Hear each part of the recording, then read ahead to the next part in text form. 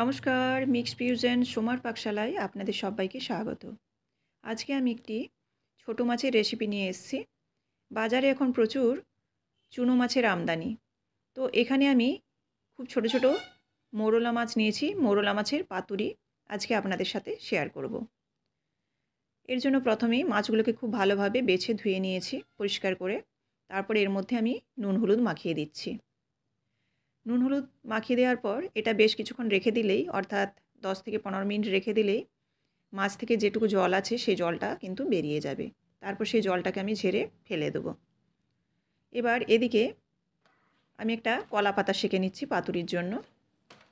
কলা পাতাটা গ্যাস ওভেনে সেঁকে নিচ্ছি। এটা আপনারা গ্যাসের ওপর তাওয়া বসিয়েও কিন্তু গরম তাওয়াতেও সেঁকে নিতে পারেন। এখানে আমি ওভেনের মধ্যে সরাসরি সেঁকে নিচ্ছি। এই পাতাটা সেঁকে নিলে পাতাটা খুব নরম হয়ে যাবে, আর যখন আমি ভাঁজ করব কলা পাতাটা তখন কিন্তু ভেঙে যাবে না। দেখুন কালারটাও চেঞ্জ হয়ে গেছে। এরকম যখন একটু চকচকে ভাব এসে যাবে তখন পাতাটাও নরম হয়ে যাবে, আর বুঝে নিতে হবে যে পাতাটা সেঁকা ঠিকঠাক হয়েছে।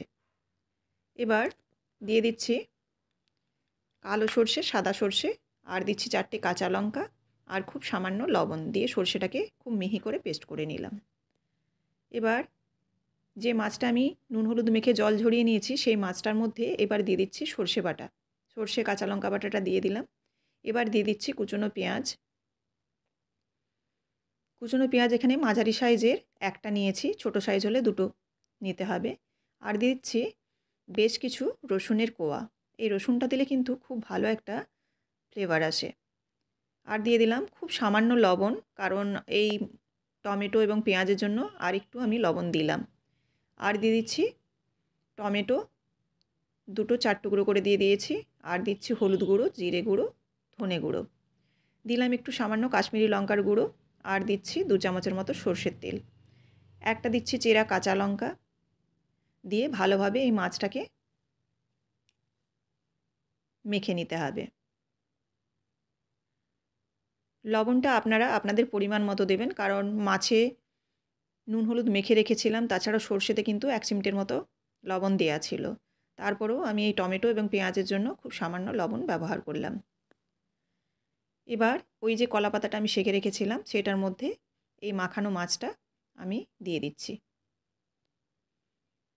দেওয়ার পর উপর থেকে আরও আমি মোটামুটি হাফ চামচের মতো একটু সর্ষের তেল দিয়ে দিচ্ছি, খুব সামান্য দিয়ে। এবার কলা পাতাটাকে আমি ভাঁজ করে নেব। দুটো কাঁচা লঙ্কা দিলাম দেখতে ভালো লাগার জন্য। এবারে পাতাটাকে ভালোভাবে ফোল্ড করে নিচ্ছি। শীতকালে প্রচুর এখন বাজারে চুনো মাছ পাওয়া যাচ্ছে। তো আপনারা কিন্তু বাটি চচ্চড়ি বা টক যাই বলুন না কেন, এসবের সাথে সাথে এই পাতুরিও কিন্তু বানিয়ে একবার হলেও খাবেন, দেখবেন ভীষণ কিন্তু খেতে ভালো হয়। এখানে ম্যাক্সিমামই মোরলা মাছ আছে, 2-1টা হয়তো পুঁটি মাছ আছে, কিন্তু ম্যাক্সিমামই কিন্তু ছোট সাইজের মোরলা। বড় সাইজের মোরলা দিয়েও কিন্তু এটা আরও ভালো হয়। এবার একটা সুতো দিয়ে এটা কিন্তু আমি ভালোভাবে বেঁধে নিচ্ছি।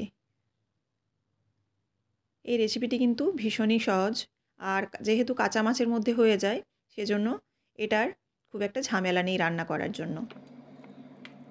এবার কড়াইয়ে দিয়ে দিচ্ছি একটু সর্ষের তেল, 1 চামচের মতো ছোটো চামচের, দিয়ে কড়াইটা গরম হলে ওর মধ্যে দিয়ে দেবো এই পাতাটা। কলা পাতাটা দিয়ে দেওয়ার পর এবারে ঢাকা দিয়ে দেবো। এটা এবার খুব সিম জালে কিন্তু ধীরে ধীরে হবে। এক সাইডে যখন হয়ে যাবে তলাটা একটু হালকা লাল, তখন কিন্তু এটাকে উল্টে দেবো আরেক সাইডটা হওয়ার জন্য। এবার খুব সাবধানে আরেকটা দিক উল্টে দিচ্ছি। এই দিকটাও কিন্তু মোটামুটি সিম জালে ধীরে ধীরে হতে থাকবে। তারপর গ্যাসের ফ্লেমটা বন্ধ করে ঠান্ডা করে আপনাদের পরিবেশন করে দেখাচ্ছি। এটাও ঢাকা দিয়ে দিলাম। এবার হয়ে গেলে গ্যাসের ফ্লেমটা বন্ধ করে দেব। দেখুন ঠান্ডা করে নিয়েছি। এবার এটা আমি খুলে নেব।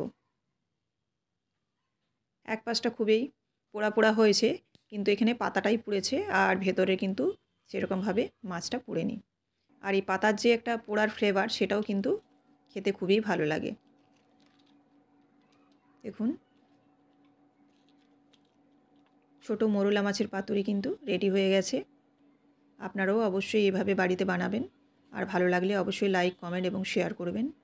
যারা আমার চ্যানেলটিকে সাবস্ক্রাইব করেছেন তাদের জন্য অসংখ্য ধন্যবাদ রইল। আর যে বন্ধুরা এখনও সাবস্ক্রাইব করে ওঠেননি তাদের কাছে অনুরোধ রইল চ্যানেলটিকে সাবস্ক্রাইব করে আমার পাশে থাকবেন। এরকমই প্রত্যেক দিন বিভিন্ন রকম রেসিপি দেখার জন্য অবশ্যই চ্যানেলটিকে সাবস্ক্রাইব করে রাখবেন। এখানে আমি ভাতের সঙ্গে পরিবেশন করছি। সবাই ভালো থাকবেন।